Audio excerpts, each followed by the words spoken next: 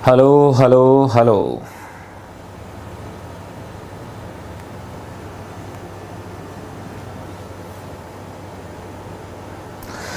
जी बच्चों, एम आई visible Audible? फटाफट से बताएं। देखिए हम लोग तो खैर टाइम से हैं, आप लोगों का तो चल रहा होगा अभी खाना पीना। तो कैसे हैं आप कावेरी? और भी जितने बच्चे जुड़ चुके हैं, सभी लोग जो ज़्यादा रिप्लाई देते हैं उनको ज़्यादा रेस्पॉन्ड किया जाएगा, जो कम रिप्लाई देते हैं उनको थोड़ा कम रेस्पॉन्ड करेंगे। तो ये तो गिव एंड टेक वाला फंडा है बच्चे। तो चलिए जल्दी से आगे बढ़ जाते हैं, लेट्स गेट स्टार्टेड।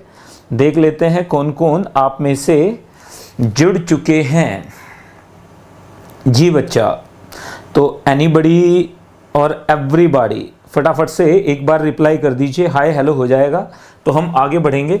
आज हम लोग इस लेक्चर 7 में एक एक घंटे की क्योंकि लेक्चर हो पा रहे हैं, तो बहुत स्पीड मेंटेन नहीं कर रहे हैं, हम जानबूझ के नहीं कर रहे हैं। तो आज हम लोग अब नॉर्मल कॉलिगेटिव प्रॉपर्टीज तक लेकर जाएंगे। अब नॉर्मल कॉलिगेटिव प्रॉपर्टीज तक मैं आपको लेकर जाऊंगा। अब नॉर्मल कॉलिगेटिव प्रॉपर्टीज तक मैं आप लोगों को लेकर जाऊंगा। तो क्या आप मुझे सुन पा रहे हैं बेटा? फटाफट से एक बार कमेंट सेक्शन में जवाब दीजिए ताकि हम पुनर्प्रस्थान कर जाएं।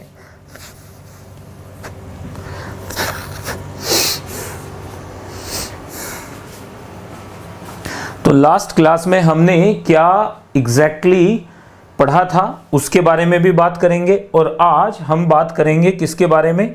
Elevation in boiling point and depression in freezing point के बारे में। तो आज के टॉपिक्स आप देख लीजिएगा। डिप्रेशन इन फ्रीजिंग पॉइंट ये लास्ट क्लास का टॉपिक है जहां पे हमने एंड किया था, और मैंने आपको बताया था कल कि इसके आगे मैं शुरू करूंगा इसे, राइट। इसके बाद elevation in boiling point, osmotic pressure, abnormal colligative properties, ये टॉपिक है आज के।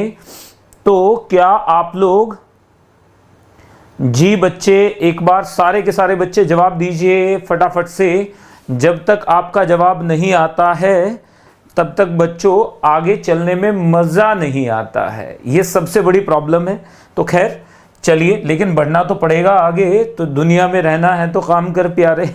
हाथ जोड़ सबको सलाम कर प्यारे। तो शुरू करते हैं, लेट्स गेट स्टार्टेड। ये देखिएगा, क्विक रिकैप में एक बार बात कर लेते हैं। मैंने आप लोगों को RLVP के बारे में बोला था कि RLVP के बारे में डिटेल में मैंने बात कर ली थी। RLVP क्या होता है? सबसे पहला फॉर्मूला मैंने आपको बताया था कि P0 minus PS upon PS। P0 ये फॉर्मूला कब लगेगा? This is equal to XB।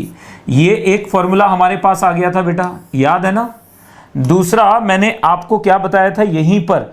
दूसरा मैंने आपको बताया था कि P0 माइनस PS और अपॉन क्या आ जाएगा? P0। This was equal to, ये किसके बराबर था? ये बराबर था WB over MB into WA into MA, ये इसके बराबर था।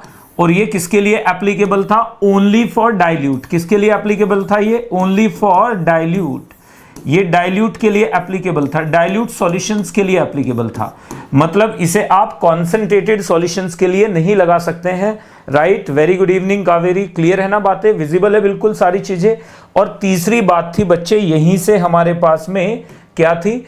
मैंने बताया था आपको कि P0 minus PS upon PS, ये वाला फॉर्मूला आप लगा सकते हो सब जगह, is equal to WB over MB into WA into MA। ये बातें हमने कर डाली थी। A for solvent, B for solute. It is always valid, याद रखिएगा ये क्या था? Always valid. ये मैंने आपको बताया था कि ये हमेशा वैलिड है, इसमें कभी कोई दिक्कत नहीं होती है। साथ में मैंने आपको ये भी बताया था कि P0 minus PS upon P0, this is equal to loss in weight of solvent bulb upon नीचे क्या आ जाएगा? Loss in weight of solution bulb. इसके बारे में मैंने डिटेल में आपको करा दिया था। तो यहां तक की बातें अपन निपटा चुके थे। इसके आगे की चीजों को जरा एक बार पढ़ लेंगे, राइट। तो यहां तक की चीजें हम लोग पढ़ चुके थे। अगर आपको कोई भी डाउट है तो मुझे प्लीज बताइए ताकि हम उसका समाधान तुरंत कर पाए। राइट। तो यहां तक की बातें हमने कर डाली थी। क्लियर है बेटा? बिल्कुल। तो देखो बिल्कुल सिंपल चीजें हैं जिनके बारे में हमने बात की थी। P not minus P S को कैसे लेते हैं, पी एस को कैसे लेके चलते हैं, इसके अलावा और भी ढेर सारी चीजें थी जिनके बारे में हमने डिटेल में बातचीत कर डाली थी। आगे बढ़ जाएंगे अब आज के इस लेक्चर में। अब यहां से स्टार्ट है एलिवेशन इन बॉइलिंग पॉइंट। मैंने आपको बताया था कि एलिवेशन इन बॉइलिंग पॉइंट क्या होता है। एलिवेशन इन बॉइलिंग पॉइंट, ध्यान से देखिएगा। अब यहां पर हमारे पास यहीं से सबसे इंपॉर्टेंट चीज शुरू होने वाली है। यहां पे देखिएगा बेटा, यहां से मैं दोबारा से पढ़ा रहा हूं। When a non volatile solute is added to a solvent, added to a solvent, एक सॉल्वेंट पे ऐड करते हैं हम, टू अ सॉल्वेंट, ठीक है ना। It's vapour pressure, it's freezing point, कौन सा point? Freezing point. It's freezing point decreases, freezing temperature या point decreases, it's freezing point decreases. इसका फ्रीजिंग पॉइंट क्या कर जाता है बेटा? डिक्रीज कर जाता है, डिक्रीजेस। तो हमारे पास अगर टीएफ हमारे पास क्या है बच्चों? TF is equal to freezing point of pure solvent. क्या है बेटा? ये प्योर सॉल्वेंट का फ्रीजिंग पॉइंट है। It is freezing point of pure solvent. तो जब इसके अंदर सॉल्यूट डालेंगे तो जो सॉल्यूशन का फ्रीजिंग पॉइंट आएगा वो थोड़ा सा कम आएगा। तो यहां पर हमारे पास टीएफ डैश हमने माना था is freezing point of solution, freezing point of solution. किसका? सॉल्यूशन का, ऑफ सॉल्यूशन। तो हमारे पास क्या आ गया? यहां से हमारे पास आ जाता है del TF, del TF is equal to आ जाता है TF minus TF dash. This is called depression in freezing point. Note कर लीजिएगा, इसे क्या कहते हैं आप लोग? दिस इज कॉल्ड, इसे कहा जाता है डिप्रेशन इन फ्रीजिंग पॉइंट। यानी ये डिप्रेशन हो गया, आप ही को नहीं, फ्रीजिंग पॉइंट को भी डिप्रेशन होता है। Depression in freezing point, in freezing point, freezing point में डिप्रेशन ये आ जाता है, फ्रीजिंग पॉइंट। तो नोट कर लीजिएगा, फ्रीजिंग पॉइंट डिप्रेशन के बारे में अपन ने बात कर डाली थी। अब मैंने पिछली क्लास में जो चीजें बताई थी उसको एक बार फिर से रिकैप करते हुए हम आगे बढ़ रहे हैं। तो यहां पे आपको साफ साफ नजर आ रहा है कि डेल टीएफ क्या है हमारे पास? Depression in freezing point which will be equal to original freezing point minus freezing point of solution. तो यहां से मैंने एक ग्राफ भी बना के आपको दिखाया था। तो आप मुझे बताइए कि ये वाला ग्राफ आपको, ये ग्राफ आपको याद है ना बेटा? यहां पे मैंने क्या लिया था? यहां पे मैंने लिया था वेपर प्रेशर और यहां पे क्या लिया था मैंने? टेम्परेचर। तो याद होगा, शायद नहीं 110% आपको याद होगा कि ये वाली लाइन किसको डिनोट कर रही थी? ये वाली लाइन डिनोट कर रही थी सॉलिड फेज को। ये वाली लाइन किसको डिनोट कर रही थी? सॉलिड फेज को। और ये वाली लाइन क्या आ गई थी हमारे पास? लिक्विड के लिए। ये वाली लाइन क्या आ गई थी हमारे पास? लिक्विड के लिए आ गई थी। तो हमें साफ साफ नजर आ रहा था कि ये वाला जो पॉइंट होगा बेटा, ध्यान से देखो, ये वाला जो पॉइंट है बेटा, दिस पॉइंट, ये जो पॉइंट है यहां पर वेपर प्रेशर P1 था, यहां पे हमारे पास P2 हो गया। यहां पर देखो ये वाला जो टेम्परेचर है, ये वाला जो टेम्परेचर है ये TF था। ये वाला टेम्परेचर क्या आ गया था हमारे पास? TF डैश आ गया था। हमें साफ साफ दिख रहा था कि TF dash is lesser than TF। इसका मतलब फ्रीजिंग पॉइंट क्या हो जाएगा? फ्रीजिंग पॉइंट क्या हो जाएगा? डिक्रीज कर जाएगा। ये किसके लिए था? ये प्योर सॉल्वेंट के लिए था। ये किसके लिए था? प्योर सॉल्वेंट, प्योर सॉल्वेंट के लिए था। ये वाली लाइन प्योर सॉल्वेंट के लिए था। और ये वाली लाइन किसके लिए था बच्चों? जो रेड से लिख रहा हूं, दिस लाइन वाज फॉर किसके लिए? For solution. ये सॉल्यूशन के लिए था। तो विजिबिलिटी कैसी है जरा एक बार बताइए मुझे फटाफट से। ये वाली लाइन आपको क्या बता रही है? ये बता रहा है लिक्विड में कैसे वेपर प्रेशर बढ़ेगा। ये किसके लिए था? ये सॉलिड के लिए था। This is for solid. ये किसके लिए था? लिक्विड के लिए। ये लिक्विड के लिए था। तो बेटा यहां तक की बातें आपको क्लियरली समझ में आ गई थी लास्ट क्लास में? कोई डाउट है इसमें? तो एक बार मिस अग्रवाल मुझे जल्दी से लूप में लें और बताएं कि सर यहां पे ये वाली चीज बता दो या फिर आगे बढ़ जाओ। तो मैं देख लेता हूं कि आप में से कौन कौन सही से बोल रहा है कि सर आगे बढ़ जाइए, और कौन बोल रहा है कि सर दोबारा बता दीजिए। ग्रीन वाली जो लाइंस हैं ये रिप्रेजेंट कर रही हैं variation of vapour pressure of liquid. ये जो सॉलिड लाइन है, ये जो यहां पे आपको पर्पल दिख रही है, ये रिप्रेजेंट कर रही है vapour pressure variation of solid with temperature.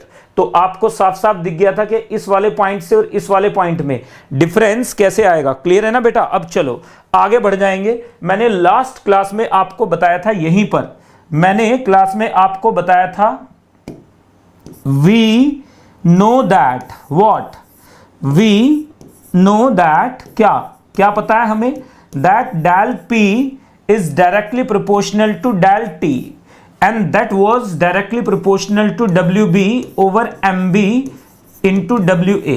ये वाली वैल्यू हम निकाल चुके थे, ये वाली वैल्यू हम निकाल चुके थे, ये वाली वैल्यू हम निकाल चुके थे। अब देखिएगा आज थोड़ा डिटेल में पढ़ाऊंगा तो मजा आएगा आपको पढ़ने में। इसका मतलब डेल टी किसके डायरेक्टली प्रोपोर्शनल हो जाएगा? एक तो डेल टी किस पे डिपेंड करेगा? अमाउंट ऑफ सॉल्यूट पे डिपेंड करेगा, उसके मोलर मास पे डिपेंड करेगा, और मास ऑफ सॉल्वेंट पे डिपेंड करेगा। ये तो हमें पता चल गया है कि इन तीन बातों पे तो ये डिपेंड करेगा ही करेगा कि डेल टी यानी डिप्रेशन इन फ्रीजिंग पॉइंट कितना होगा। अगर आप ज्यादा सॉल्यूट डालोगे तो ज्यादा हो जाएगा, अगर कम सॉल्यूट डालोगे तो कम हो जाएगा। अगर सॉल्यूट का मोलर मास ज्यादा है तो डिप्रेशन कम होगा, अगर सॉल्यूट का मोलर मास कम है तो डिप्रेशन ज्यादा होगा, अगर यहां पे सॉल्वेंट ज्यादा है तो डिप्रेशन कम होगा, अगर सॉल्वेंट कम है तो डिप्रेशन ज्यादा होगा। सीधी सी बात है, कॉन्सेंट्रेशन के डायरेक्टली प्रोपोर्शनल है।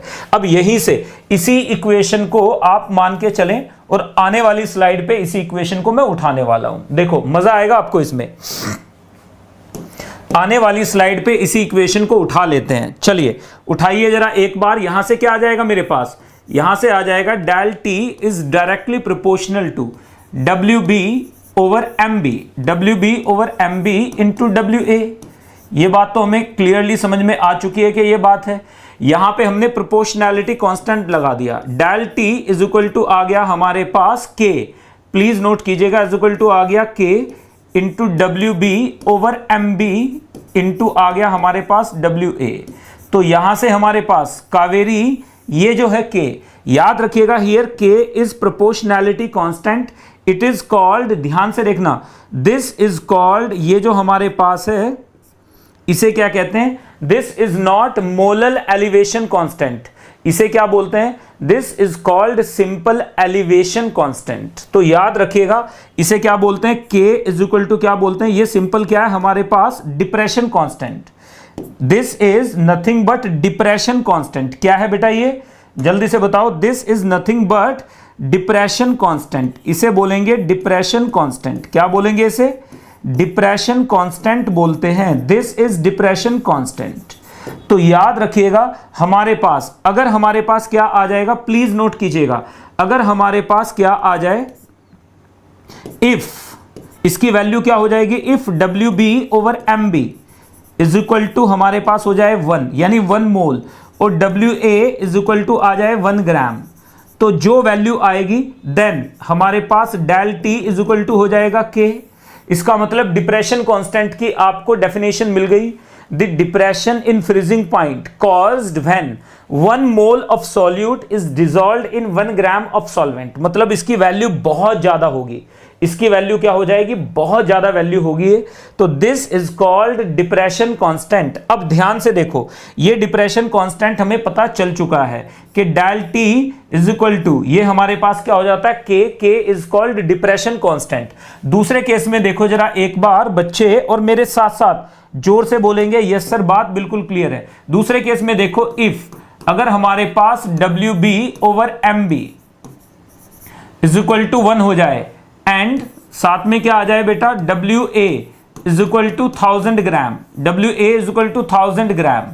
तो उस केस में ये हमारे पास डेल टी किसके बराबर हो जाता है? डेल TF के बराबर बोल देते हैं इसे। And this is called depression, this is called freezing point depression.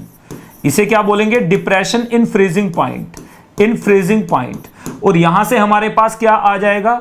K will be equal to, ये हमारे पास क्या आ जाएगा? KB नोट कर लीजिएगा हमारे पास ये जो वैल्यू आएगी, ये वैल्यू यहां पे रख के देखो जरा एक बार, ये वैल्यू यहां पर रख के देखो, k की वैल्यू पहले क्या थी, जब ये था और ये 1 था, तो ये वैल्यू अगर हम यहां पर रख दें तो हमारे पास क्या आ जाएगा, हमें साफ साफ नजर आ रहा है कि हमारे पास k b is equal to कितना आ जाएगा, this is equal to k upon 1000।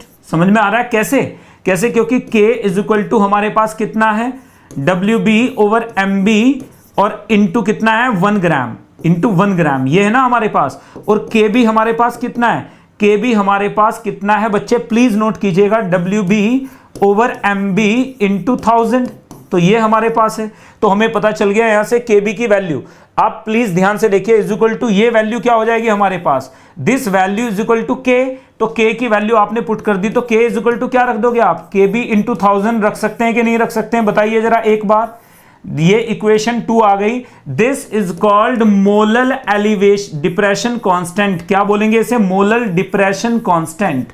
मुंह से एलिवेशन कई बार निकलेगा, मुझे उसके लिए माफ कीजिएगा, तो नोट कीजिएगा, इसे कहते हैं मोलल डिप्रेशन कांस्टेंट। और इसका दूसरा नाम भी है, जैसे घर पे कावेरी का नाम छुटकी भी हो सकता है, गिट्टू भी होता है, टिग्गी भी होता है, बहुत सारे नाम हो सकते हैं, जस्ट लाइक दैट, जैसे घर पे अपने भी नाम निकनेम तो होते ही हैं सभी के, वैसे ही इस KB का निकनेम क्या है, इसका निकनेम है क्रायोस्कोपिक कांस्टेंट। इसे क्या बोलते हैं, this is also called CRYO, cryoscopic, याद रखिएगा, क्रायो SCOPIC, क्रायोस्कोपिक कांस्टेंट, क्या बोलते हैं इसे, क्रायोस्कोपिक कांस्टेंट भी बोलते हैं। This is called cryoscopic constant. तो याद रखना है ये वैल्यू अगर मैं इसमें पुट कर दूं, तो इस वाली इक्वेशन में 1 डैश में 2 से अगर मैं वैल्यू पुट कर दूं K की, तो मेरे पास क्या आ जाएगा, कावेरी बताइए, एक बार आपने करना है, बार बार ये नहीं करना है, एक बार डेरिवेशन कर लोगे बेटा तो बोर्ड में आपके बड़ा काम आएगा। ये पता होगा कि मोलल डिप्रेशन कांस्टेंट अलग होता है और डिप्रेशन कांस्टेंट अलग होता है। डिप्रेशन कांस्टेंट होता है K और मोलल डिप्रेशन कांस्टेंट होता है KB, दोनों अलग अलग चीजें हैं।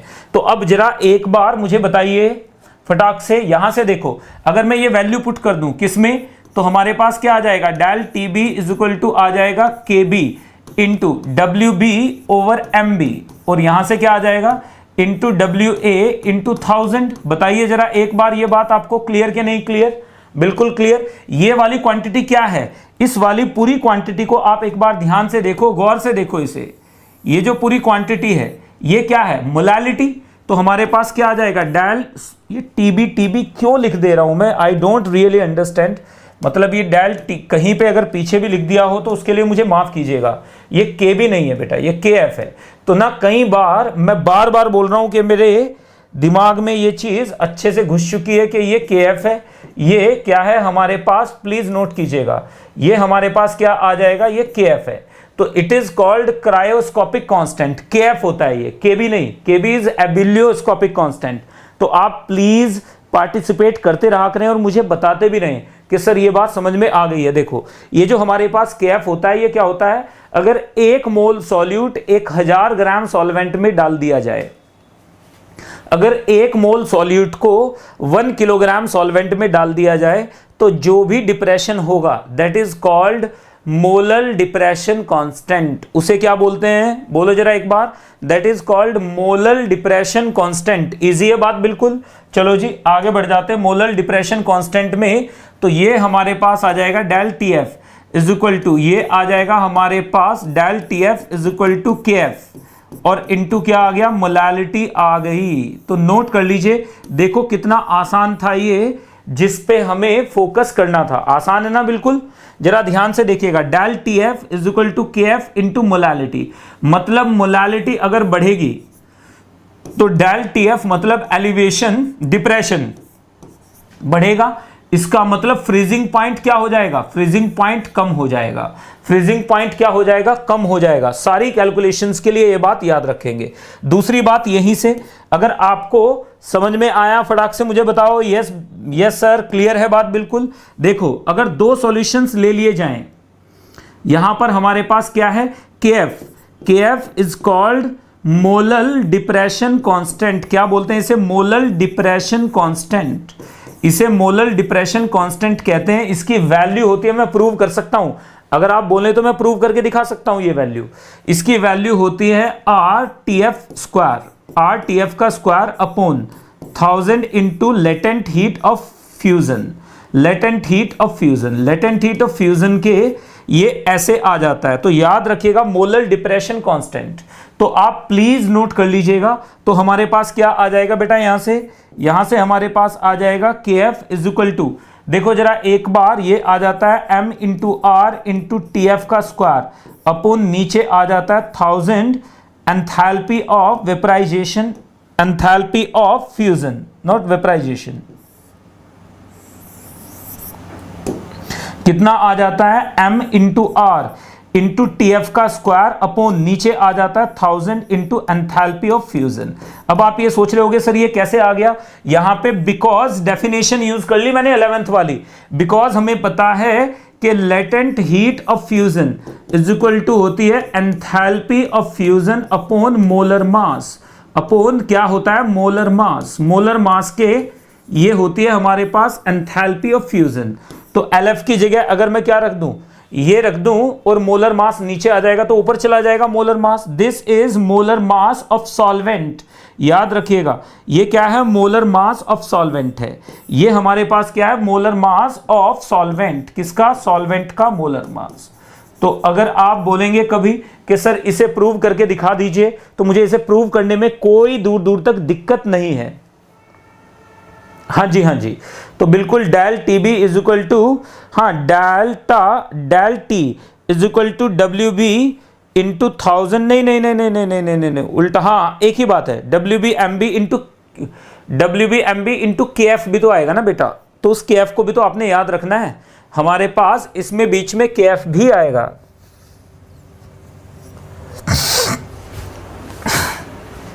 क्लियर है ना, समझ गए ना ये कैसे आया। देखो सारी कैलकुलेशंस बिल्कुल परफेक्ट हैं, इसमें कहीं कोई दिक्कत नहीं है। तो अभी देखो del TF is equal to KF into molality. KF हमारे पास, LF क्या है, latent heat of fusion. LF क्या है हमारे पास बच्चों, this is latent heat of fusion. ये क्या है, ऑफ फ्यूजन, ये फ्यूजन की लेटेंट हीट है। This is nothing but latent heat of fusion.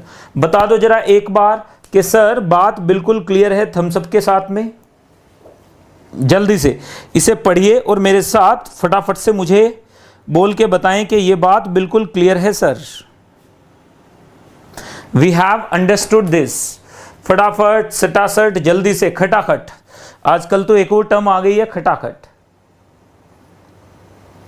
तो ऑल माय गुड्डूज एंड गुड़ियाज फटाफट से आप बताएंगे कि बात बिल्कुल क्लियर है, क्लियर है, जल्दी से मिस अग्रवाल जी। चलिए थैंक यू वेरी मच। अब देखो, अब यहीं से मैं आगे बढ़ूंगा, अब मजा इसमें और आएगा। सबसे पहला पॉइंट जो आपको यहां पे नोट करना चाहिए, कावेरी ध्यान से देखिएगा बेटा, कि del TF1 over del TF2 is equal to हो जाएगा मोलालिटी 1 ओवर मोलालिटी 2। ये कब आएगा, ये कब आएगा बच्चे, सेम सॉल्वेंट के लिए, सेम सॉल्वेंट के लिए, सेम सॉल्वेंट। अगर हमारे पास सॉल्वेंट सेम है तो ये फंडा आ जाएगा। सेम सॉल्वेंट के लिए आपने क्या लगाना है, सेम सॉल्वेंट के लिए आपने ये वाली कंडीशन लगा देनी है। अगर सॉल्वेंट सेम है तो यही कंडीशन लगेगी, ये बात याद रखिएगा। अगर सॉल्वेंट सेम है तो यही वाली कंडीशन लगेगी, ये बात आपने याद रखनी है।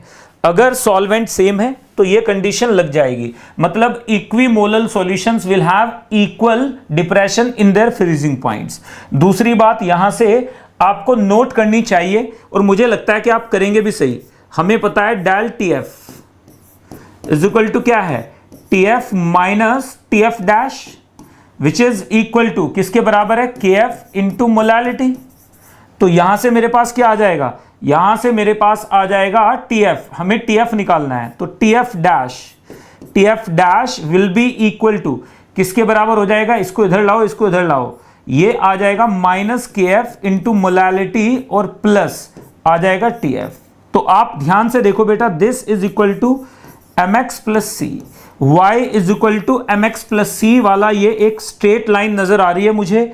अगर ये एक स्ट्रेट लाइन नजर आ रही है तो सर क्या करें, इसका स्ट्रेट लाइन का अपन क्या करेंगे, अगर ये स्ट्रेट लाइन नजर आ रही है तो हमें साफ साफ दिख रहा है m की जगह ये रहा, x की जगह ये रहा, c की जगह ये रहा। इसका मतलब अगर हमने यहां पर इस ग्राफ को प्लॉट करने की कोशिश की तो हमारे पास क्या आ जाएगा बच्चों, बताओ जरा एक बार। यहां पे आपने क्या लिया है, बॉइलिंग पॉइंट, फ्रीजिंग पॉइंट। यहां पे क्या लिया आपने, मोलैलिटी। क्या लिया है, मोलैलिटी। मोलैलिटी आप लेकर चल रहे हैं। तो हमारे पास जो ग्राफ आएगा, इसका ग्राफ कैसा आ जाएगा, कुछ ऐसा आ जाएगा। इसका ग्राफ कुछ ऐसा आ जाएगा। कैसा आ जाएगा ग्राफ, ऐसा आ जाएगा। नोट कर लीजिएगा, ये वाला पॉइंट क्या होगा, दिस विल बी TF। ठीक है, तो आपको साफ साफ दिख रहा है कि TF will always be greater than TF dash. ये बात तो आपको क्लियरली पता चल रही है। तो देखो कितनी मजेदार बात थी। डिप्रेशन इन फ्रीजिंग पॉइंट को आपको मालूम है, जो USSR की जितनी भी कंट्रीज थी, यूक्रेन हो गया, दूसरे अजरबैजान हो गया, और भी बहुत सारे हैं, वहां पर सब में, साइबेरिया में, सब में टेम्परेचर क्या रहता है, -20, -30, -40, -70 तक चला जाता है। तो वहां पे गाड़ियों को पार्क नहीं कर सकते डायरेक्टली। तो हम वहां पे क्या करते हैं लोग, मॉस्को वगैरह में, वहां पे क्या करते हैं वो, अलास्का में, मॉस्को में, खैर अलास्का तो अलग डायरेक्शन में चला, डायरेक्शन तो वही है लेकिन वो अलग उसके साथ चला जाता है, अमेरिका के साथ। तो खैर आगे बढ़ते हुए, ये सारे ठंडे इलाके हैं। इनमें क्या होता है, गाड़ियों के जो रेडिएटर है उसके अंदर जो पानी है वो जम जाएगा। तो उसके अंदर हम क्या करते हैं, डिप्रेशन इन फ्रीजिंग पॉइंट कराते हैं। डिप्रेशन इन फ्रीजिंग पॉइंट क्या होता है, इससे जितना भी उसके अंदर पानी है उसका फ्रीजिंग पॉइंट बाहर के टेम्परेचर से नीचे ले जाते हैं, ताकि पानी कभी फ्रीज हो ही नहीं। कई बार अमेरिका वगैरह में आप देखिएगा, सड़कों के ऊपर वो सॉल्ट डाल देते हैं, ताकि उसके ऊपर जैसे ही स्नोफॉल हो वो आइस के साथ में रिएक्शन करके क्या बना दे, डिप्रेशन इन फ्रीजिंग पॉइंट हो जाए और आइस मेल्ट कर जाए। तो डी आइसिंग कहते हैं उसको। तो डी आइसिंग में भी इसे यूज किया जाता है। चलिए वन बाय वन आगे बढ़ जाते हैं। तो डिप्रेशन इन फ्रीजिंग पॉइंट हमें समझ में आ चुका है। डिप्रेशन इन फ्रीजिंग पॉइंट का फॉर्मूला मैं एक बार लास्ट टाइम लिख रहा हूं आपके लिए यहां पर, del TF is equal to KF into WB, यानी mass of solute upon MB, मतलब molar mass of solute, into WA, mass of solvent, into 1000। तो यहां पे याद रखिएगा, एक बार सब लोग ध्यान से देखना, यहां पे याद रखिएगा, क्या याद रखना है कि KF is constant for a solvent. KF क्या होता है, कांस्टेंट फॉर अ सॉल्वेंट। एक पर्टिकुलर सॉल्वेंट के लिए ये कांस्टेंट होता है। It is a constant for a solvent. एक पर्टिकुलर सॉल्वेंट के लिए कांस्टेंट वैल्यू है। अगर ये कांस्टेंट वैल्यू है एक पर्टिकुलर उसके लिए, तो याद रखिएगा KF किसके लिए, अगर मैं बात करूं वाटर के लिए, तो वाटर के लिए KF की वैल्यू आप निकाल सकते हो 1.86 होती है केल्विन किलोग्राम पर मोल। क्या होती है, kelvin kilogram per mole. This is the value, ये वैल्यू है किसके लिए है, this value is for water. Water के लिए मैंने निकाली है, आप बाकी के लिए निकाल सकते हो, दी जाएगी ये वैल्यू, आपको दी जाएगी। ये याद करने की चीज नहीं है, कभी आप इसे याद करने की कोशिश करें, ये याद करने वाला चीज नहीं है। इस डेटा को याद करने की कोशिश मत कीजिएगा, इस डेटा को याद करने की कोशिश नहीं करनी है। तो चलिए खैर जल्दी से आगे बढ़ते हुए कुछ क्वेश्चंस करेंगे। यहां से आगे तो क्वेश्चंस ही हैं। तो अभी तक कहीं कोई डाउट हो, कोई दिक्कत हो, कोई परेशानी हो तो आप मुझे बताएं जल्दी से, फिर हम आगे बढ़ते हैं। डिप्रेशन इन फ्रीजिंग पॉइंट को थोड़ा सा और इलैबोरेट करते हुए आगे बढ़ जाएंगे। याद रखिएगा इसके यूजेस क्या होते हैं, इसके यूजेस क्या होते हैं। यूजेस में पहला हमारे पास क्या है, deicing of roads and planes, plane की भी डी आइसिंग करते हैं। दूसरा हमारे पास क्या आ जाता है इसमें, सेकंड हमारे पास आ जाता है used in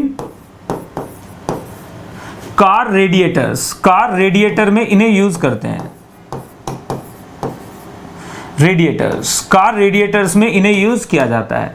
this is used in car radiators. Car radiator में depression in freezing point cause करने के लिए यूज किया जाता है ठंडे इलाकों में, साइबेरिया में, अर्मेनिया में, यूक्रेन का जो जितना रशिया साइड वाला पार्ट है वो सारा बिल्कुल ठंडा रहता है। बेलारूस में, मॉस्को में, जितना भी रशिया है सारे रशिया में ठंड जम के पड़ती है। अलास्का में, अंटार्कटिका में, वहाँ सब जगह यूज़ किया जाता है। और याद रखिएगा ये किसके लिए यूज़ किया जाता है, third, used in ice cream factories भी यूज किया जाता है। किसमें? आइसक्रीम में वो क्या करते हैं, जितना भी आसपास पानी होता है, जो आइसक्रीम फैक्ट्री में आप देखते हो जितना भी आसपास पानी होता है वो सॉल्ट वाटर होता है, तो उसका फ्रीजिंग पॉइंट कम कर देते हैं। अंदर प्योर वाटर लेते हैं, उसका फ्रीजिंग पॉइंट ज्यादा होता है, तो फ्रीजिंग पॉइंट उसका ज्यादा है, नीचे वाले का फ्रीजिंग पॉइंट कम है। फ्रीजिंग पॉइंट कम है तो डिप्रेशन हो रखा है, तो बाहर वाला जो सॉल्ट वाटर है वो है -5 डिग्री सेल्सियस पे, अंदर का जो पानी है वो इमीडिएटली क्या हो जाएगा, 0 डिग्री सेल्सियस पे फ्रीज हो जाएगा। तो आइस बनाने में भी इसे यूज किया जाता है, आइसक्रीम बनाने में भी इसे यूज करते हैं। आप जानते हो ना, यहां पे देखिएगा, यहां पे मैंने क्या किया, यहां पे मैंने एक डब्बा लिया, इस डब्बे के अंदर मैं यहां पर क्या करते हैं वो लोग, यहां पर इस डब्बे के अंदर यहां पर आप देखिएगा ये इस तरह से आइसक्रीम बनाते हैं, कुल्फियां बनाते हैं, इस तरह से आइसक्रीम बनाते हैं, यहां पे इस तरह से आइसक्रीम बनाई जाती है। अब यहां पर तो क्या किया, यहां पर तो जो भी भरा है, यहां पर क्या भर देते हैं, वो सॉल्ट वाटर भर देते हैं। आपको समझ में आ गया होगा, यहां पर क्या कर देते हैं, पूरे में सॉल्ट वाटर भर देते हैं। ये क्या है हमारे पास, सॉल्ट वाटर। सॉल्ट वाटर है जिसका फ्रीजिंग पॉइंट कितना है, -10 डिग्री सेल्सियस। सॉल्ट वाटर है, फ्रीजिंग पॉइंट कितना है, -10 डिग्री सेल्सियस। यहां पे फ्रीजिंग पॉइंट कितना है, यहां पर फ्रीजिंग पॉइंट है, यहां पर फ्रीजिंग पॉइंट है, यहां पर फ्रीजिंग पॉइंट कितना है हमारे पास, दैट इज 0 डिग्री सेल्सियस। तो क्या हो जाएगा, ये जम जाता है तो आइस बन जाती है, ये क्या बन जाती है, आइस बन जाती है। तो this is how we use. आपने देखा भी होगा शायद, आपने अगर नहीं देखा है तो एक बार जरूर चेक कीजिएगा। तो ये आप कर सकते हो, ट्राई कर सकते हो। रेफ्रिजरेटर के फ्रीजर के अंदर आप क्या कीजिए, एक बहुत सारा नमक डाल के पानी रख दीजिए, आप देखिएगा वो पानी को आप निकालिए तो it will not be 0 degree Celsius water, वो क्या हो जाएगा, -10 -5 डिग्री सेल्सियस का पानी रहेगा, वो सॉल्ट वाटर रहेगा। उसके अंदर आप क्या करते हो, उसके अंदर जैसे ही आपने किसी भी बोतल को पानी की डाला वो जम जाएगी एकदम से। आप ट्राई करके देखिए आज ही, अच्छा एक्सपेरिमेंट है ये, it is a good experiment, try it. तो यहां पर ये तीनों के लिए यूज किया जाता है। तो अब जल्दी से पहले क्वेश्चन की तरफ मूव करिए। ये रहा पहला question, question number 1, what is the molecular mass of a non ionising, मतलब नॉन आयनाइजिंग का मतलब जो टूट नहीं रहा हो पानी के अंदर। If 10 gram of this solid is dissolved in 100 gram of water to form a solution which freezes at -1.24 degree Celsius. KF हमें दिया गया है, आपसे पूछा गया है बताइए डेल TF क्या आएगा। डेल TF भी दिया गया है, मोलर मास पूछा गया है, हमें पता है del TF is equal to क्या होता है, बोलिए जरा एक बार, KF इंटू मोलालिटी मतलब WB अपॉन नीचे क्या आ जाएगा, MB आ जाएगा, इंटू WA इंटू 1000, यही तो है ना वैल्यू, यही वैल्यू है हमारे पास। अब हमने क्या किया, हमने यहाँ पे डेल TF को यूटिलाइज किया। डेल TF कितना है हमारे पास, 1.24 हमें दिया हुआ है, फाइनल माइनस इनिशियल नहीं, इनिशियल माइनस फाइनल करेंगे तो यही आएगा। This will be equal to 1.86 into WB दिया हुआ है 10 ग्राम अपॉन MB हमसे पूछा है, ये तो हमसे पूछा है, WA कितना दिया गया है, 100 दिया गया है, तो ये वैल्यू है। अब देखो जरा एक बार कितने आराम से आप सॉल्व कर सकते हो, इससे ये कट जाएगा 10 आ जाएगा, तो यहां से आ जाएगा 12.4 अपॉन प्लीज नोट कीजिएगा कितना आ जाएगा, ये 10 आ गया है, 12.4 अपॉन कितना आ जाएगा 1.86 इंटू 1000 भी तो है, ऊपर 1000 भी तो है, तो 1000 तो हम भूल ही गए थे। तो खैर चलिए, तो इसको दोबारा से लिख लीजिए जरा एक बार। यहां से कितना आया, यहां से आया हमारे पास 10 से ये कट जाएगा, 10 से ये कट जाएगा, तो हमारे पास कितना आ जाएगा बच्चे, ये 10 से कट जाएगा, कितने से, यहाँ पे क्या था 100 था, कई बार ये पूरा ही गड़बड़ हो जाता है लिखने में। चलिए खैर, WB कितना है 10 अपॉन MB हमसे पूछा है, इंटू यहाँ पे ये कितना है 100 और यहाँ पे ये कितना है 1000, तो मल्टीप्लाई डिवाइड कर लीजिए जरा एक बार, ये आ जाएगा हमारे पास 10, ये हट गया, तो यहां से MB इज इक्वल टू कितना आ गया बेटा, बताओ जरा एक बार, 186 अपॉन नीचे आ जाएगा 1.24। कर सकते हो कि नहीं कर सकते हो बताइए। यस मिस अग्रवाल, जल्दी से मुझे सूचित करें कि हम कर पाएंगे इसे फटाफट से, एवरीवन। अग्रवाली क्यों, सभी ने बताना है। कर पाओगे इसे, कितना आ जाएगा ये 186 से थोड़ा सा कम, 186 से 1.25 अगर इसे आप लेके चल रहे हो तो 150 आ गया, तो 150 इज द राइट आंसर। सही बात है बिल्कुल। देखो आप सीधे सीधे से 1.25 लिख लोगे तो 1.25 का मतलब 5/4 हो गया, तो 4 ऊपर चला जाएगा, 5 से डिवाइड करने के बजाय 10 से डिवाइड कर दो, 2 से मल्टीप्लाई कर दो तो ऊपर 8 ले जाइए, तो 10 से डिवाइड किया तो 18.6 आ जाएगा, और 18.6 इंटू 8, तो जो भी वैल्यू आ रही है निकालिए जरा एक बार, वैल्यू हमारे पास कितनी आ रही है, फटाफट से जल्दी से निकालिए इसकी वैल्यू 150। कावेरी एक बार चेक कर लीजिएगा ये वैल्यू हमारे पास कितनी आ रही है, 1.25 अगर करेंगे तो MB की वैल्यू हमारे पास आ जाती है नियरली 150। सही बात है ना बिल्कुल। तो दिस इज द आंसर। तो ये तो हो गया हमारे पास पहला क्वेश्चन। आपको समझ में आ गया कि डेटा कैसे दिया जाएगा, डेटा को यूज कैसे करेंगे। तो DSA में इसके ऊपर क्वेश्चंस हैं, तो उन क्वेश्चंस को आप एक बार जरूर ट्राई कीजिएगा। अगला क्वेश्चन आपने करना है, अगला क्वेश्चन आपने करना है, ये रहा question. This is the question. जल्दी से आप मुझे इसका आंसर बताएंगे। ये रहा पोल, पोल में पोल खोल। चलिए यहां पर पोल तो इसमें भी दिया जा सकता होगा, टाइमर वगैरह लगा के, स्टॉप वॉच लगा के। चलिए 1 मिनट है आपके पास, फटाफट से करें।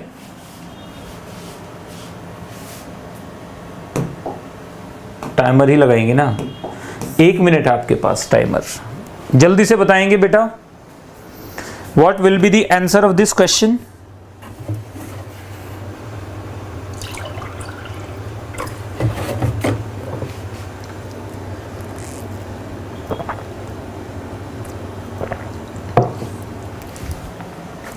जी देख लेते हैं आपका क्या जवाब आ रहा है, चेक करते हैं। बताएं मुझे फटाफट से।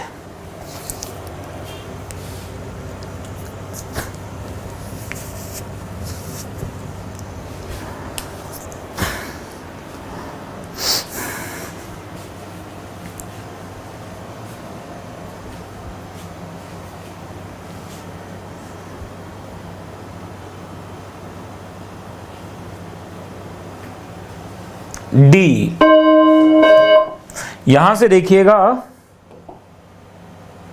डी कैसे आया। चलिए टेस्ट करते हैं इसको जरा एक बार, पता करते हैं कि डी आएगा या नहीं आएगा। Let me check.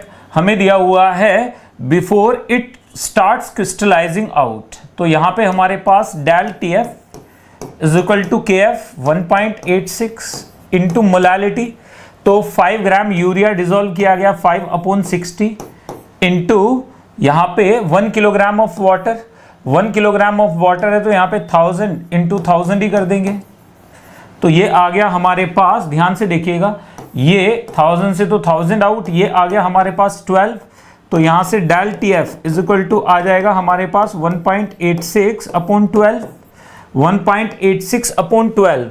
जैसे ही करेंगे तो हमारे पास ये वैल्यू कितनी आ जाएगी बेटा, निकालते हैं जरा इसे एक बार। ये आ जाएगा हमारे पास 18.6 इंटू 10⁻⁻1/12। 6 से उड़ा दो तो ये 2 हो गया, ये आ गया 3.1, 3.1 आ गया, 2 से उड़ाएंगे इसे तो कितना हो जाएगा, 2 से देखो ये 3, ये 2, 2 से इसे उड़ा दो तो कितना आ जाएगा हमारे पास, ये आ जाएगा हमारे पास 1.5, और इसे 0.1 को भी उड़ाएंगे 5, ये आ गया, इजी पीजी है। तो देख लो जरा एक बार, ये आ चुका है हमारे पास इंटू 10⁻⁻1, तो ये आ गया ये आ गया हमारे पास 0.155, इतना आ गया, इतने। तो अब हमें पता है TF minus TF dash is equal to कितना है 0.155, ये हमें पता है। तो TF डैश हमारे पास कितना हो जाएगा, -0.155 डिग्री सेल्सियस। तो ये आप सीधे सीधे निकाल सकते थे यहां से ऐसे, तो इजी पीजी है बिल्कुल।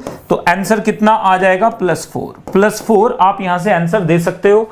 आप अपना भी डाउट पूछ सकते हो कावेरी, अगर कोई क्वेश्चन सॉल्व नहीं हो रहा है तो यहीं पर फोटो खींच के आप डाउट्स में, डाउट सेगमेंट में डाल सकते हो, तो मैं डाउट सेगमेंट में अभी आपका डाउट ले सकता हूं, एंड इट डजंट मैटर कि किस टॉपिक का है। तो डाउट में आपने कौन सा टॉपिक से पूछा है उससे कोई फर्क नहीं पड़ता है, बस आप तो पूछिए। इंपॉर्टेंट ये है कि आप पूछें, ये फर्क नहीं पड़ता मुझे कि आप, हो सकता है आप अपना कोई रिवीजन कर रहे हो टॉपिक का, तो किसी टॉपिक का अगर आप खुद से रिवीजन कर रहे हैं तो वो भी आप मुझसे पूछ सकते हैं, उसमें दूर दूर तक कोई दिक्कत या परेशानी नहीं है। ठीक है, चलिए आगे बढ़ते हैं बेटा, क्योंकि हमें अब नॉर्मल कॉलिगेटिव प्रॉपर्टीज तक जाना है। तो elevation in boiling point, elevation in boiling point में देखिएगा, एलिवेशन इन बॉइलिंग पॉइंट, यहां पे जब हम एक सॉल्यूट, प्लीज नोट करें, ये हमारे पास क्या है, देखो ध्यान से देखो, ये हमारे पास, मैं दो तरीके से प्रूव करूंगा इसे। पहले तो ग्राफिकली आपको दिखा देता हूं जो एनसीईआरटी में दिया हुआ है, ग्राफिकली आपको दिखा देता हूं। सबसे पहले तो मुझे बताइए कि आपको ये तो मालूम है ना बेटा, यहां पे वेपर प्रेशर है, यहां पे क्या लिया मैंने, वेपर प्रेशर, यहां पे क्या लिया है, टेम्परेचर। तो बॉइलिंग पॉइंट क्या होता है, बॉइलिंग पॉइंट क्या होता है हमारे पास, व्हेन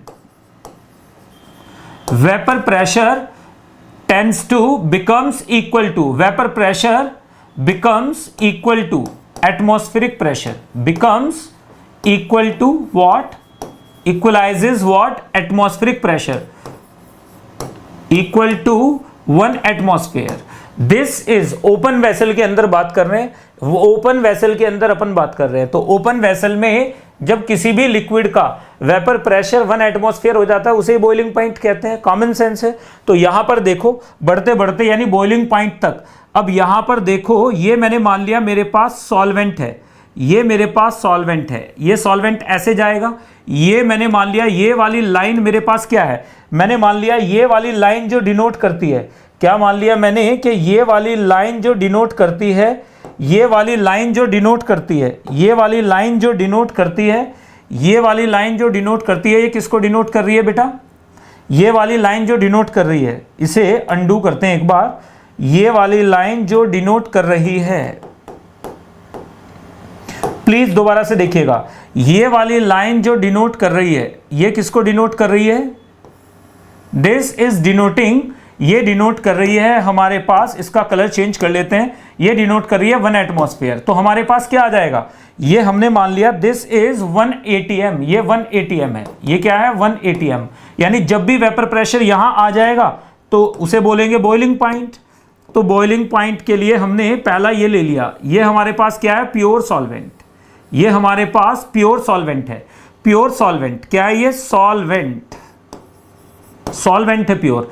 अब हमने क्या किया, अब हमने सॉल्यूशन के लिए भी देख लिया, सॉल्यूशन का बॉइलिंग पॉइंट तो क्या हो जाएगा, यहां से जाएगा, यहां से जाएगा तो यूं हो जाएगा, क्लियर है ना। हमने थोड़ा सा और नॉन वोलेटाइल सॉल्यूट डाल दिया, और नॉन वोलेटाइल सॉल्यूट डालेंगे तो वेपर प्रेशर और कम हो जाएगा, और कम हो जाएगा तो बॉइलिंग पॉइंट और ऊपर की तरफ चला जाएगा। हमें साफ साफ नजर आ रहा है कि ये हमारे पास क्या था बच्चे, दिस वाज T0, ये हमारे पास क्या आ गया, ये हमारे पास आ गया T1, ये हमारे पास क्या आ जाएगा यहां पे टेम्परेचर, ये आ जाएगा T2, ये टेम्परेचर कितना आ गया, T2 आ गया। समझ में आया या दोबारा बताया जाए, एक बार मुझे बताइएगा कि सर इसे दोबारा से आप बता दीजिएगा। चले अब दोबारा से आप बता दीजिए, एक बार मैं दोबारा से इसको बनाने की कोशिश करता हूं, ऐसे नहीं कि भाई सीधे सीधे बना के दिखा दिया, नहीं ऐसे नहीं करेंगे, दोबारा से बना के दिखाता हूं, थोड़ा सा बड़ा बनाना पड़ेगा ग्राफ को। यहां पर देखो ये मेरे पास ग्राफ है बेटा, ये मेरे पास ग्राफ मैंने बनाया, थोड़ा सा बड़ा बनाते हैं इसको इस बार, थोड़ा सा बड़ा, ताकि आपको देखने में आसानी रहे। अब देखो यहां पर मैंने ले लिया सॉल्वेंट, क्या ले लिया मैंने, पहले ही लिख लेता हूं सॉल्वेंट, यहां पे मैंने ले लिया सॉल्यूशन 1, यहां पे मैंने ले लिया सॉल्यूशन 2, ठीक है, सॉल्यूशन 1 सॉल्यूशन 2। अब इनके ग्राफ बना के देखते हैं, जल्दी जल्दी जल्दी में ग्राफ बनाइए इनके। तो सॉल्वेंट का ग्राफ कैसे आएगा, सॉल्वेंट का ग्राफ बनाने से पहले मैंने मान लिया ये वाली लाइन मेरे पास क्या है, दिस लाइन डिनोट्स क्या, एटमॉस्फेरिक प्रेशर, ये लाइन क्या डिनोट कर रही है, एटमॉस्फेरिक प्रेशर डिनोट कर रही है, ठीक है। तो यहां पे क्या आ जाएगा हमारे पास, this is equal to 1 atm, ये हमें पता चल गया 1 atm है, यहां पे वेपर प्रेशर लिया है, यहां पे हम क्या लेके चल रहे हैं, टेम्परेचर। अब देखो, अब मजेदार बात है बिल्कुल, अगर आपके सामने मैं यहां पर देखूं तो प्योर सॉल्वेंट का वेपर प्रेशर यहां पे होगा कहीं, तो यहां से यूं बढ़ेगा। अगर सॉल्यूशन 1 है तो क्या हो जाएगा, सेम टेम्परेचर पे वेपर प्रेशर थोड़ा नीचे की तरफ आ जाएगा। सेम टेम्परेचर पे जैसे ही नॉन वोलेटाइल सॉल्यूट डालोगे वेपर प्रेशर थोड़ा डाई डाउन कर जाएगा, तो ये आ गया, यहां से पैरेलल जाएगा, ग्राफ कट नहीं कर सकता। तीसरे में देखो, जैसे ही मैंने और नॉन वोलेटाइल सॉल्यूट डाला तो वेपर प्रेशर का ग्राफ यूं जाएगा। तो आपको साफ साफ नजर आ रहा है, ये वाली लाइन देखिएगा जरा एक बार मेरे साथ साथ सारे के सारे बच्चे, ये वाली लाइन देखो,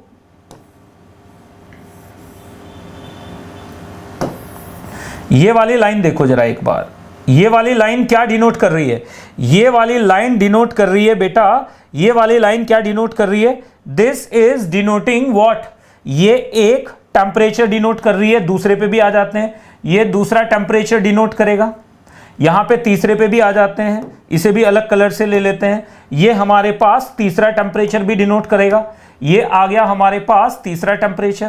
क्लियर है? अब देखो इन तीनों में, अगर आपको तीनों में चीजें नजर आ रही हो तो मुझे ध्यान से देखकर बताइएगा।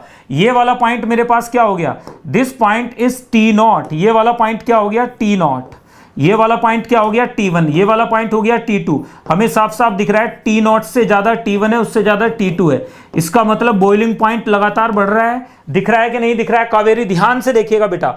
अब देखो इनमें अगर आप थोड़ा सा दिमाग लगाएं तो एक चीज और भी नजर आ रही होगी, यहां से आपको क्या नजर आ रहा है बेटा, यहां से आपको एक चीज और नजर आ रही है। अगर ये दो ट्राई एंगल में ले लूं, कौन कौन से ट्राई एंगल, ए, यहां पर देखिएगा B एंड C, यहां पर देखो D एंड E, ये एक क्या हो गए हमारे पास, ये दोनों के दोनों हमारे पास सिमिलर ट्राइंगल्स हो गए। सिमिलर ट्राई एंगल्स हो गए तो हमें साफ साफ नजर आ रहा है, यहां से सिमिलर ट्राई एंगल्स में हमें साफ साफ नजर आ रहा है कि AD upon AB is equal to क्या आ जाएगा, AE अपॉन AC। क्लियर है ना बात बिल्कुल? आप ध्यान से देखो, AE अपॉन AC हो जाएगा। तो सिमिलर ट्राई एंगल से हमें साफ साफ नजर आ रहा है कि यहां से हमारे पास क्या आ जाएगा, AD upon AB is equal to क्या आ जाएगा हमारे पास, AD upon AB is equal to क्या आ जाएगा, AE अपॉन AC।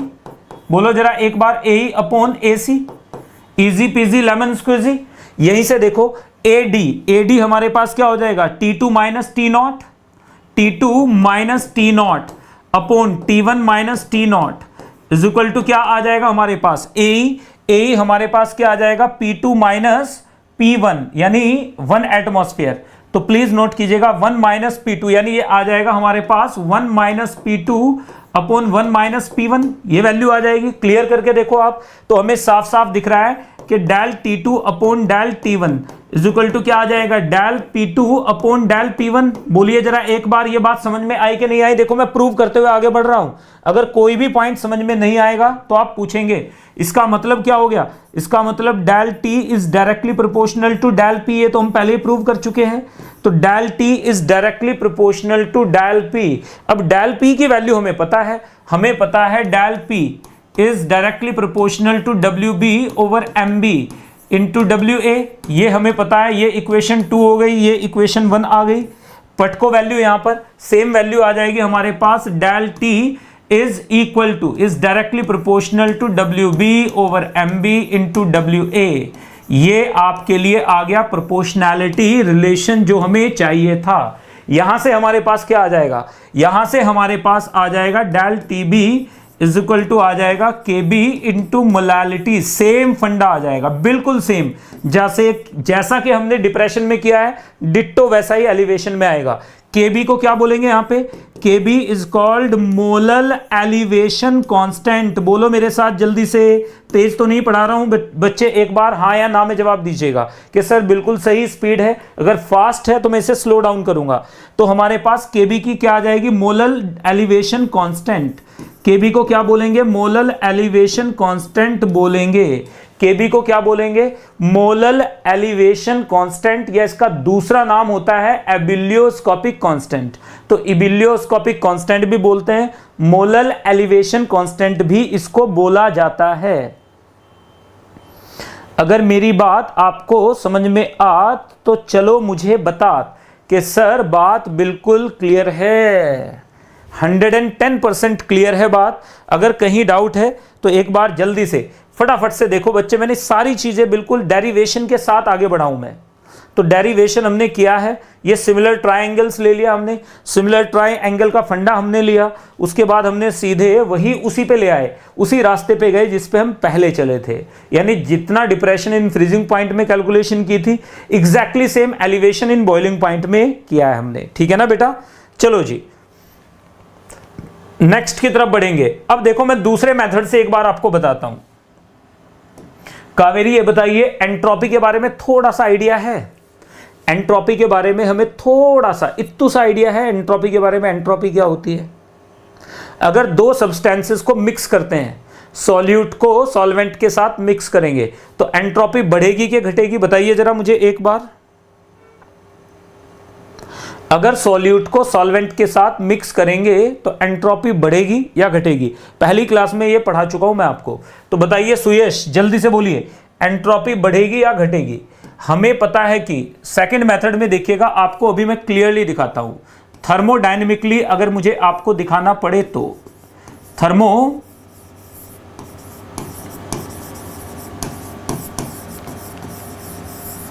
थर्मोडायनेमिकली अगर मैं बात करूं आपसे तो क्या आ जाएगा मेरे पास? थर्मोडायनेमिकली आप देखो, यहां पर हमारे पास हमने मान लिया दिस लाइन, ये मैंने मान लिया है बेटा कि दिस लाइन बिलोंग्स टू, ये एक लाइन है,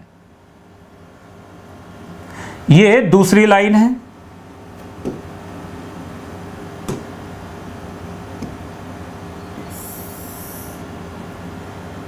ये हमारे पास तीसरी लाइन है,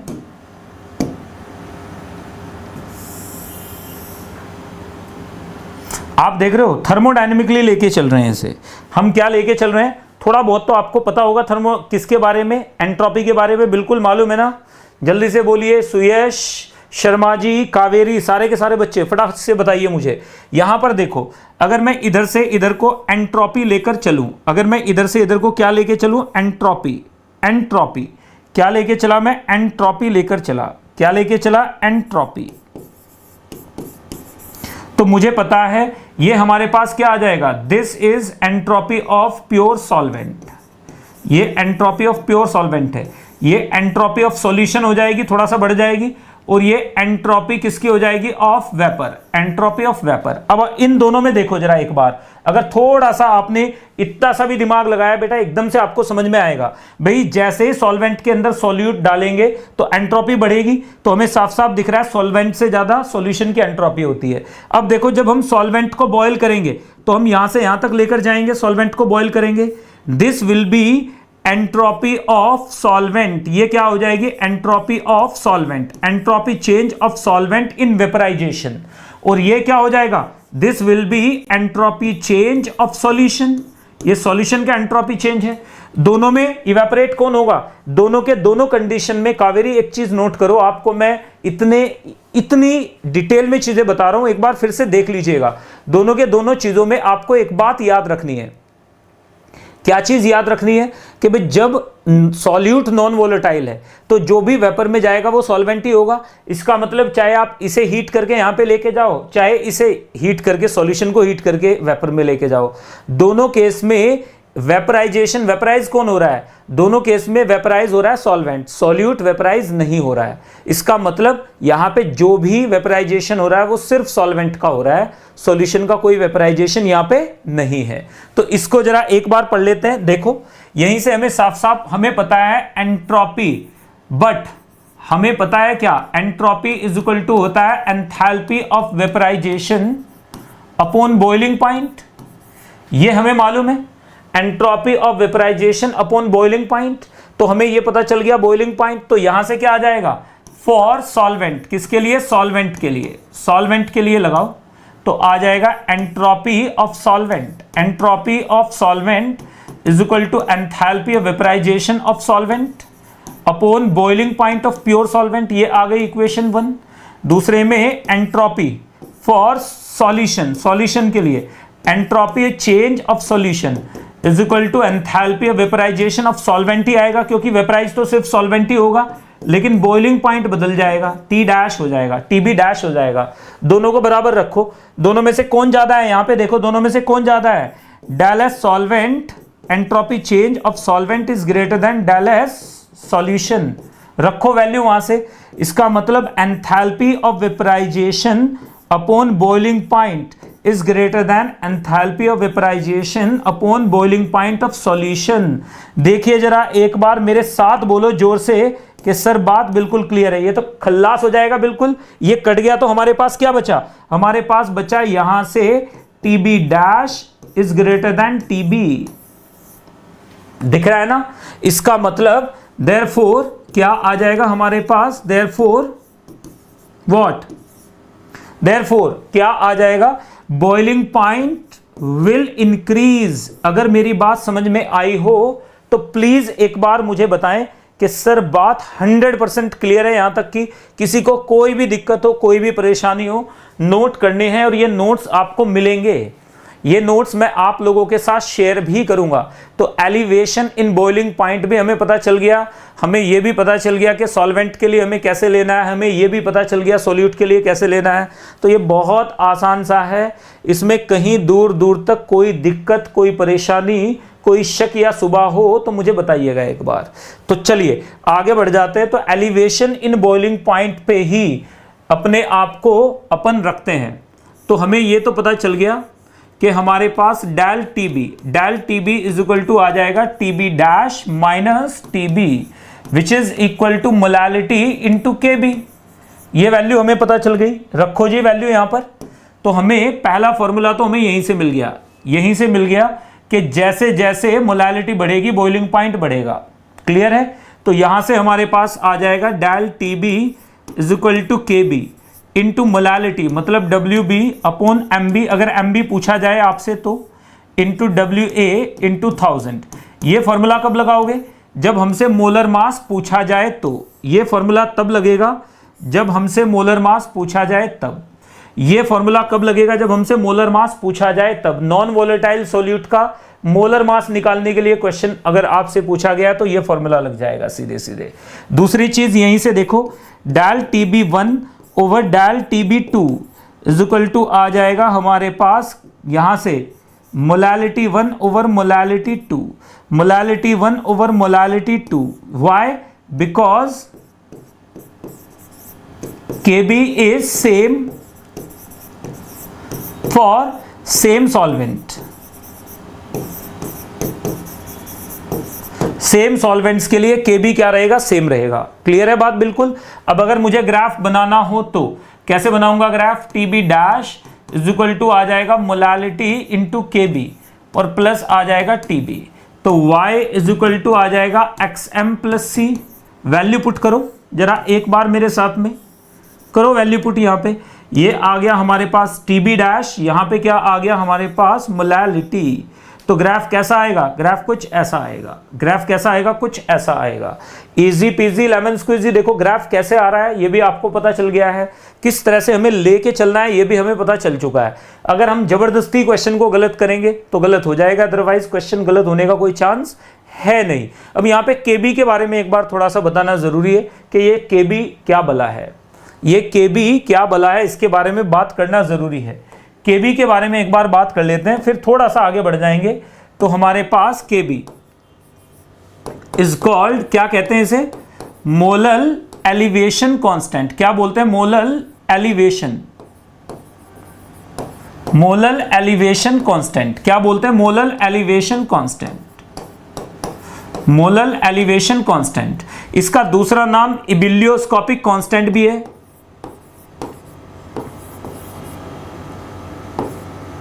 इबिलियोस्कोपिक कांस्टेंट भी इसका दूसरा नाम है, यह भी दूसरा नाम है। यहीं से हमें पता चल रहा है KB की वैल्यू हमारे पास होती है कितनी, ये आ जाती है हमारे पास R इंटू TB का मतलब boiling point square upon 1000 into enthalpy latent heat of vaporization. This is also equal to MR TB square upon नीचे आ जाता है 1000 इंटू एंथैल्पी ऑफ वेपराइजेशन। याद रखिएगा, this is the value for a solvent. आप निकाल सकते हो किसके लिए? फॉर अ सॉल्वेंट, एक सॉल्वेंट के लिए, फॉर अ सॉल्वेंट, एक पर्टिकुलर सॉल्वेंट के लिए आप निकाल सकते हो। केबी की वैल्यू आप निकाल सकते हो, एक पर्टिकुलर सॉल्वेंट के लिए केबी की वैल्यू आप आराम से निकाल सकते हो। केबी की वैल्यू आप आराम से निकाल सकते हो। जोर से बोलो, बात क्लियरली समझ में आ रही है कि नहीं? केबी की वैल्यू एक पर्टिकुलर सॉल्वेंट के लिए आप आराम से निकाल सकते हैं। अब यहीं से देखिएगा, केबी की वैल्यू आपको याद रखना है। केबी किसके लिए? For water. किसके लिए बात करेंगे? वाटर के लिए। This is equal to 0.52 kelvin kilogram per mole. Kelvin kilogram per मोल। केबी की वैल्यू क्या होती है? ये होती है। केबी की वैल्यू किसी भी सॉल्वेंट के लिए फिक्स्ड होती है। ये क्या है? फिक्स्ड वैल्यू है। It is a fixed value, याद रखिएगा, फिक्स्ड वैल्यू है, फिक्स्ड वैल्यू है। तो याद रखना है, ये बहुत छोटी छोटी चीजें हैं जिन पे हमें फोकस करते हुए आगे बढ़ना था। तो हमें एलिवेशन इन बॉइलिंग पॉइंट, कोई ऐसा बच्चा जिसे समझ में नहीं आया हो प्लीज बताए एक बार।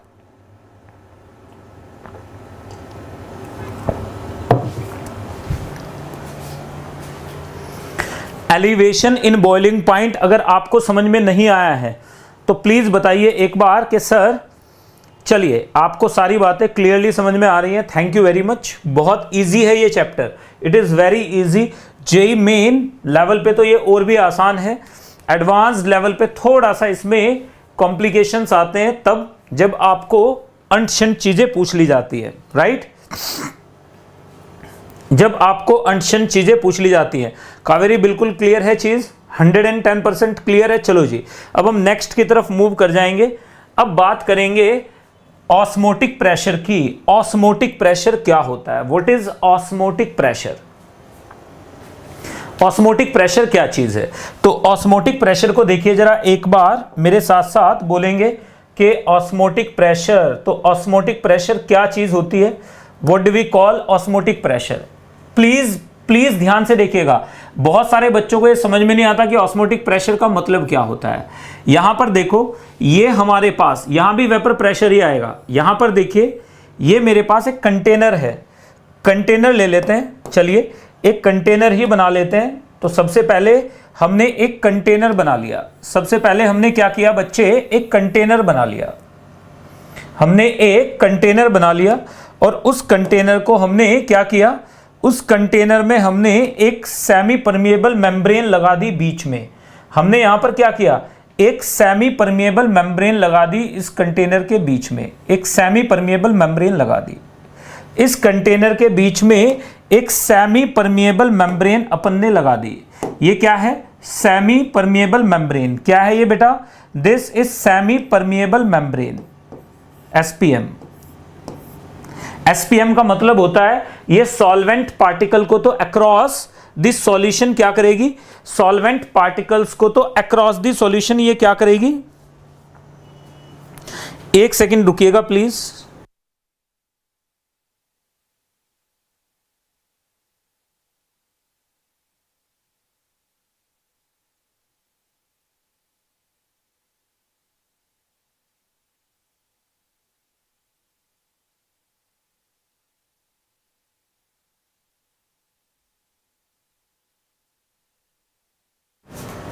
हाँ जी बच्चों, यहां पर देखो, अब मैंने क्या किया? यहां पर अब हमने एक यहां पर मैंने एक सॉल्यूशन भर दिया।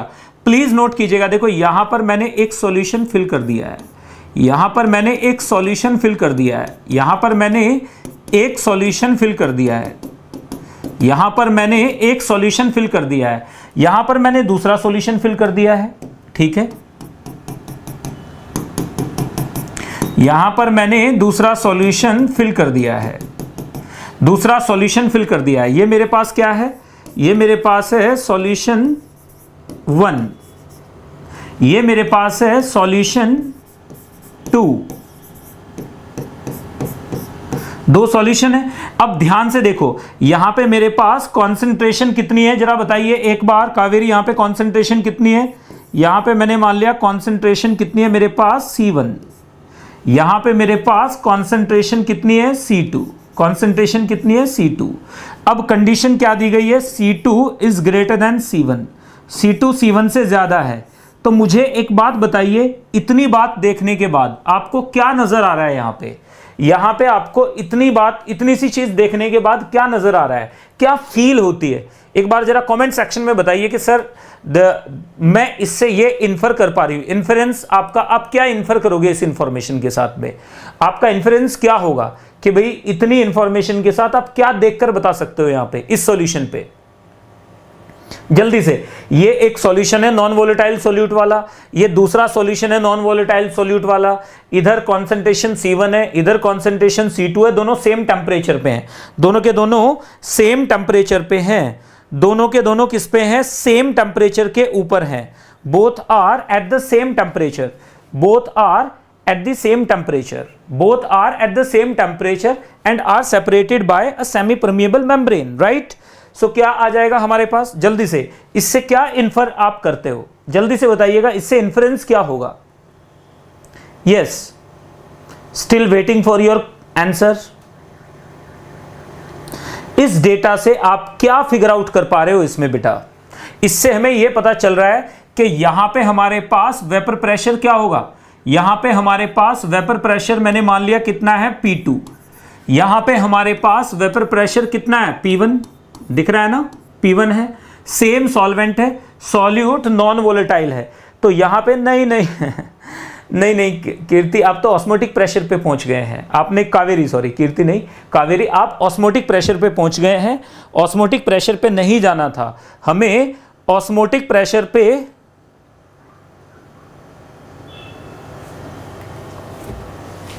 हमें ऑस्मोटिक प्रेशर पे नहीं जाना था, हमें ऑस्मोटिक प्रेशर पे नहीं जाना था। यहां पर देखो, यहां पे वेपर प्रेशर, अब जहां पे कॉन्सेंट्रेशन ज्यादा है, हमें पता है कि vapour pressure is inversely proportional to concentration. Clear है ना ये बात? तो हमें साफ साफ नजर आ रहा है कि P2 will be lesser than P1, हमें साफ साफ नजर आ रहा है कि P2 P1 से तो ज्यादा ही होगा, कम ही होगा। P2 P1 से, जहां पे कॉन्सेंट्रेशन ज्यादा है वहां पे वेपर प्रेशर कम होगा, जहां पे कॉन्सेंट्रेशन कम है वहां पे वेपर प्रेशर ज्यादा होगा। इजी पीजी बात है बिल्कुल। अब चलिए, अब जरा एक सेकंड के लिए देखिएगा, अब एक सेकंड के लिए देखिएगा बेटा, यहीं पर इतनी बात तो समझ में आ गई होगी कि यहां पे वेपर प्रेशर, क्योंकि कॉन्सेंट्रेशन ज्यादा है, जहां पे कॉन्सेंट्रेशन ज्यादा होगी वहां पे क्या होगा, वहां पे वेपर प्रेशर कम होगा, क्योंकि RLVP ज्यादा होगी। जहां पे कॉन्सेंट्रेशन ज्यादा होगी वहां पे RLVP ज्यादा होगी कि नहीं होगी? RLVP ज्यादा हुई तो वेपर प्रेशर कम हो गया, सही बात है ना बिल्कुल। और जहां पे कॉन्सेंट्रेशन कम है तो यहां पे वेपर प्रेशर कम है, यहां पे वेपर प्रेशर ज्यादा है। तो सॉल्वेंट क्या करेगा, सॉल्वेंट वेपर प्रेशर को, तो बिकॉज ऑफ, याद रखिएगा यहां से क्या आ जाएगा, बिकॉज ऑफ, यहां से क्या आ जाएगा, बिकॉज ऑफ क्या, जल्दी से, difference in vapour pressure, difference in vapour pressure, vapour pressure difference की वजह से solvent will move, solvent particles, जितने भी सॉल्वेंट पार्टिकल्स होंगे, solvent particles will move towards, किधर मूव करेंगे, towards high concentration solution, higher concentration solution, higher concentration solution, किसकी तरफ मूव करेंगे, towards higher concentration solution move करना शुरू कर देंगे, towards higher concentration solution move करना शुरू कर देंगे। तो अगर ये मूव करना शुरू कर दिए तो सॉल्वेंट पार्टिकल इधर से इधर मूव करेंगे, सॉल्वेंट पार्टिकल अक्रॉस मूव कर जाएंगे, सेमी परमिएबल मेम्ब्रेन के इधर से इधर मूव करेंगे। कौन मूव करेगा, सॉल्वेंट। कौन मूव करेगा, सॉल्वेंट मूव करेगा। तो this movement is called osmosis, तो this is called osmosis, this is called osmosis. इसे क्या कहते हैं, इज कॉल्ड ऑस्मोसिस, इसे ऑस्मोसिस कहा जाता है, दिस इज कॉल्ड ऑस्मोसिस, इसे ऑस्मोसिस कहते हैं। समझ गए ना आप लोग? एक बार फिर से सुनिए, जब because of difference in vapor pressures solvent particles will move towards higher concentration solution from lower concentration solution, this is called, ये क्या हो जाएगा हमारे पास, यहां पे देखिएगा हायर की तरफ मूव करेंगे लोअर से, उल्टा हो जाएगा, हायर टू लोअर नहीं मूव करेंगे, लोअर टू हायर मूव करेंगे। दिस इज कॉल्ड ऑस्मोसिस, ठीक है ना।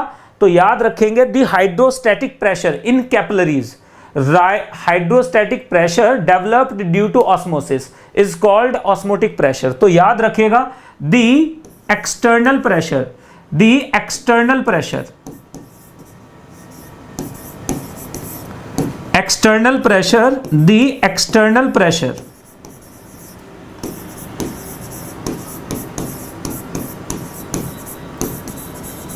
the external pressure to be applied, the external pressure to be applied, external pressure to be applied, to be applied to stop osmosis, to stop osmosis, stop osmosis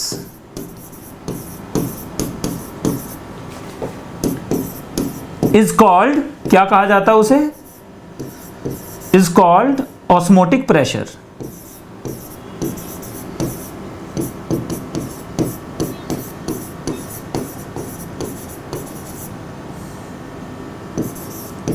denote किया जाता है पाई से। इसे क्या कहा जाता है, ऑस्मोटिक प्रेशर कहते हैं, पाई से डिनोट करते हैं। इसे क्या कहते हैं, ऑस्मोटिक प्रेशर कहते हैं और पाई से डिनोट करते हैं। Easy peasy lemon squeezy. चलिएगा अब नेक्स्ट की तरफ मूव करेंगे। ये रहा आपके लिए, इतनी सी बात है, समझ में आ गया, ये बिल्कुल क्लियर है ना। ये तो आपको ये समझ में आ गया होगा कि ऑस्मोटिक प्रेशर क्यों होता है। ऑस्मोटिक प्रेशर वेपर प्रेशर की वजह से ही होता है। Elevation in boiling point vapour pressure की वजह से, depression in freezing point vapour pressure की वजह से, RLVP वेपर प्रेशर की वजह से। इसका मतलब ये पूरा का पूरा चैप्टर सिर्फ वेपर प्रेशर की वजह से है, इसका एग्जिस्टेंस ही वेपर प्रेशर की वजह से है। यहां तक की बात अगर आपको बिल्कुल क्लियर है तो मुझे जल्दी से कमेंट सेक्शन में बता दो कि ये बात बिल्कुल क्लियर है बेटा, 100% क्लियर है ना।